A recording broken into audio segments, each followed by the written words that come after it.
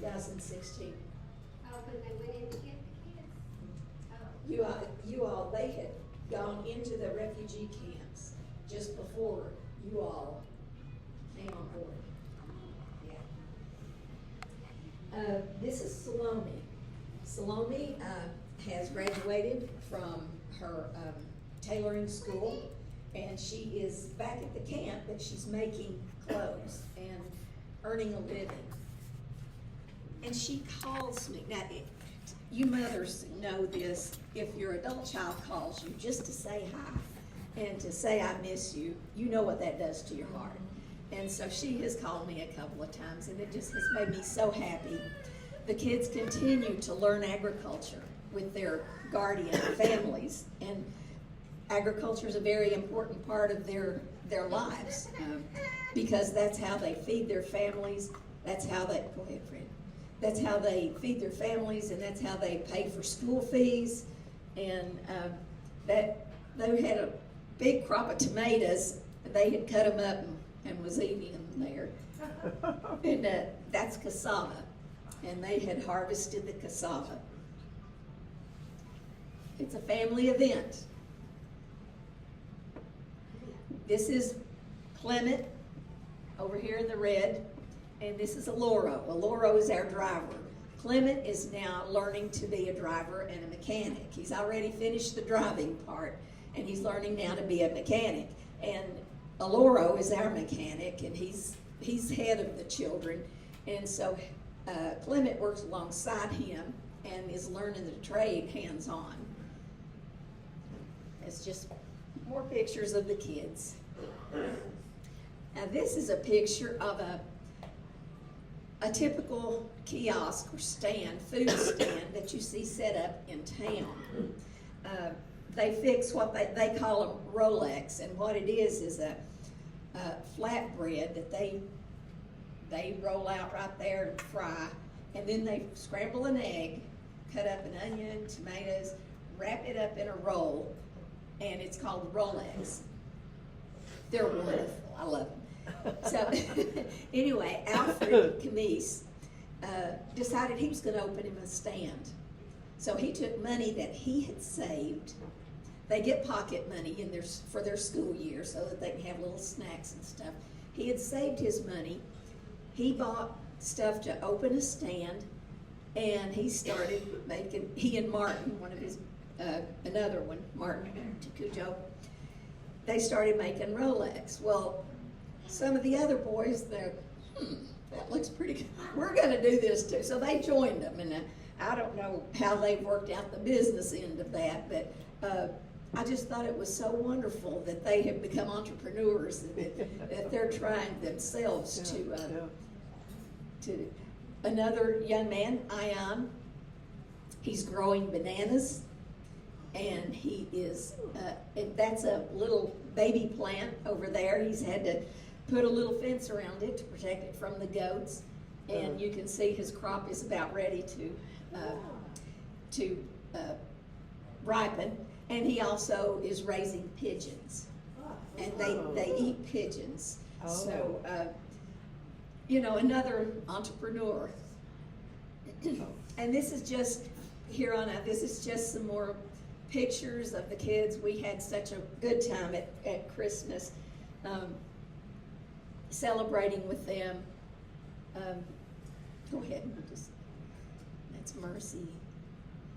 The sun was shining directly in their eyes. I mean, directly. I mean, this is our three brothers, Sam and Dennis and James. They're so nice looking. I know. And then this is the family. Oh, that's lovely.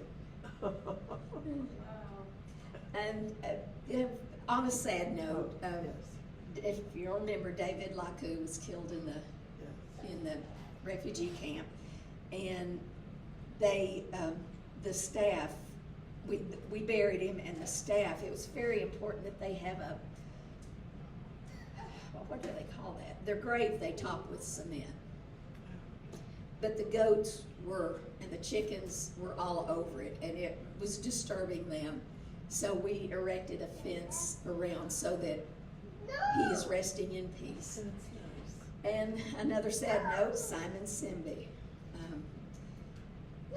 He was acting up in school. He had gotten several warnings, and he was counseled by us, by the guardians, by his school, and he chose the wrong path. Oh. So he was returned back to his family in the camp and is no longer with us. Had good potential. Just another child that had good potential, but just for some reason, you know. And now this, I'm gonna take you on our 50th wedding anniversary trip, just very briefly, and then I want Fred to kind of give a little update on the ministry as a whole. Go ahead, just go ahead. This is the River Nile. This is Wow. Oh, just two kids out there. That's the mouth of the river. I know. And we got a cake. One of our he's a longtime friend, and he brought us a cake. It's got little butterflies on it, and we had a little party. That's his family there. She's waiting for her piece. Yeah, she was. Yeah. She was. That was so cute. Oh my gosh. Oh. There is nothing more astounding, just awesome, than seeing these animals. And this is my next new business. I'm going to open a spa for mud baths. Oh. Did those come near the kids already? No, this was at Murchison Falls Park. It's in a natural park, so all the animals are protected and. Yeah. Beautiful. Oh. Wow. But we took this cruise on the Nile, and these big guys were right there with us. Wow. Them and the hippos and the elephant. Oh. Oh, beautiful. Wow. I think that's all I'm doing. Okay, but we celebrated our 50th anniversary. We were going to have a trip later in the year, and we just decided before we left in December. We said, let's just go on safari. Let's do it, because we've always wanted to do that. And as much as we were back and forth in Africa, we had never done anything like that. Fortunately, we did that because 2 weeks after we got home in January, Fred had triple bypass surgery. Oh my goodness. And it was almost an emergency. I mean, it would have been an emergency had it been a different day, but so anyway, we just wanted to share that with you. And Fred will tell you a little bit. Thank you. Congratulations. Thank you. Fred will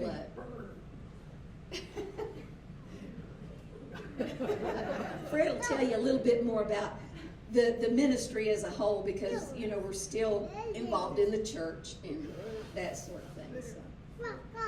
Yeah.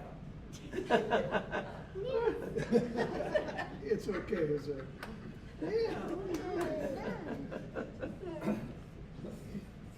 Okay. We hope to go back in March and visit with them. But I just want to share some things God has done miraculously. You don't read about it in the papers. You won't see it, but you do read about the violence in Sudan. You read about the war. You've read about the war of Sudan and South Sudan. But while we were there, some pastors, go back to 2013, some pastors from Sudan came down and met with us. They wanted to be part of the United Methodist Church. Problem was, we had a very difficult time trying to do that because Sudan was in the European part of the church. And so we reached out to the bishop in Europe, and just because of politics and everything else, just couldn't get it done. So while we were there, I think in the year before, 2023, I think when I turned my position over to my successor, the pastors came down again and said, we want to be part of the church. And said, we've got churches in Khartoum, we've got churches in Cairo. And so Faustino, who is now the DS, said, well, why don't we make you a district? And we'll be a district. And then we will petition the General Conference to become an annual conference. So God has moved across borders. You heard me say God didn't create borders, we did. And God has moved, and so they have now petitioned the conference so they can become an annual conference themselves. You'll have Sudan, South Sudan. They still have churches in Khartoum, Cairo, and another movement of the leadership is they had annual conference at Koboko, which is near the camp out there, and the bishop said it's the best annual conference they have ever had. And we're just so proud of the leadership and all that they have done. Our finance manager is part of what's called the Connectional Ministries. And she is now in Manila, Philippines, meeting with the larger group there, and she's there right now, and then she'll come back. But it just gives you a glimpse into what the leadership is doing. My successor is just, I mean, he's just roaring ahead, and which we knew if they ever got one of their own in leadership, this would happen, and it has. And God is moving in wonderful ways, even when there are people trying to capture them, still trying to kill them, still trying to get them back into South Sudan. Just recently, they went into the place where Libby and I used to live, and supposedly found guns in the attic, and they said, well, you're missing a machine gun. My question was, how did you know those guns were there? And how did you know the type and the number? So somebody is trying to make money, which they did. We paid a fine of $1,500 to get the 5 individuals out of prison. And but they are safe and secure now. The Grace Home in the camp, when the children were removed and the government shut that site down, they suddenly discovered that their concept was not workable. They were sending the kids to people who didn't know them. They didn't know them. They were just out there. The government couldn't provide what was being provided, you know, with the medical care, the education. And so they kind of didn't come to us. They went to the leadership, kind of the back door type thing. And what they did was turn the compound back over to the pastors. And they were able to negotiate with an NGO. And they have taken that site. They have built a new school on there that's serving the children there in the camp. So the Methodist leaders, God is just continues to do marvelous things. And we are so proud of them. And they don't need us there anymore. That is what is good. They have stepped up. You work because of you. Huh? Because of you. No, it's because of God, believe me. You work. Well, no. You work. But it is so marvelous, and I can't wait to see them in March and just go and visit and see everything they have done. And because of faithful people like you, with your offerings, with your support, like I said upstairs, you give them hope. And hope is so important, that they don't fall into despair. And just seeing the movement of the Holy Spirit in God you know they have hope. So thank you all so much. Thank you for being hope, not only there, but here. Thank you for being hope here. I mean, it's just, you're spreading love throughout the world. And I can't emphasize that enough. And I hope you continue that. You're a wonderful group of people. It's good to be back among you. It's kind of like home. And so thank you, thank you, thank you. God bless you. Any other words? I don't think so. Oh, one more. We do have a child that's not part of this Oh, group. yes. Name is Libby. Libby found him way out in the middle of nowhere, towards the second site of Grace Home, and he wanted to be a doctor even then. And when Libby and them gave him the school fees to begin school, just primary school, his father and uncle and the pastor stole it, said, "You have to give it to us." Well, in their culture, you can't disobey. And so we found out. And so we brought those three gentlemen before the church, and they had to confess. And the pastor, I was getting ready to pull his credentials, and he bowed down on his knees before the congregation, before the other pastors, and begged forgiveness. And he did pay his portion back. The others didn't. But we continue to invest in him. And I'm happy to tell you now he's in his 4th year of medical school, surgical residency. And so God, another miracle. And was there anyone else? I mean, there's so many. I know that we've had kids that have been supported by the church that are now nurses, lab techs. I mean, VAs, this yeah. ministry goes beyond the children of grace. I mean, this is a church ministry, so. Yeah, we could talk. a couple of years ago, we started helping support the staff and pastors' children with school fees, because they, other children, but theirs weren't, and they were helping raise those. So it's expanded to that, not this money, but other I funds. did want to, sorry, I don't mean to take this long, but I keep thinking of good things. Blessing has graduated from catering school, so now she's on her own. And Mary KG, this Mary KG, Here, the there's older, blessing here. yeah, there's Blessing There's over blessing there. Over there. And then this is Mary KG. She failed high school. She just wouldn't work. Now, she's a bright young lady, but she wouldn't work. So I sent her home to her extended family for a year. And I said, you think about what you want to do with your life. And you come back in a year and you tell me. Well, she came back. During that time, she actually found a job as a counselor in a clinic.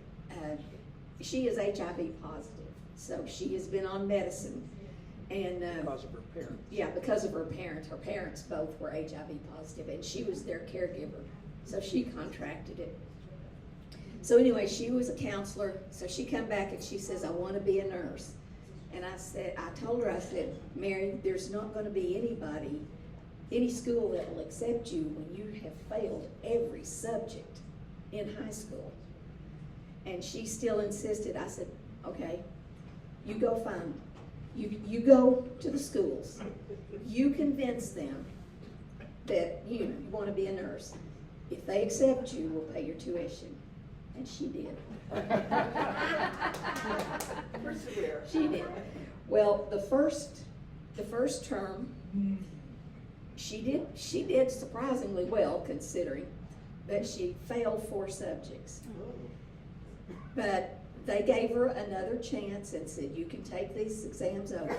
She took them over and she passed them. So she's still on her way. Please keep her in your prayers. She has the ability. She just needs to make the effort. So that's it. Thank you all. Awesome. Well, thank you. Thank you, thank you. And There's a if, basket here if anybody wants to Right. go today or wait till next Sunday. and if you enjoyed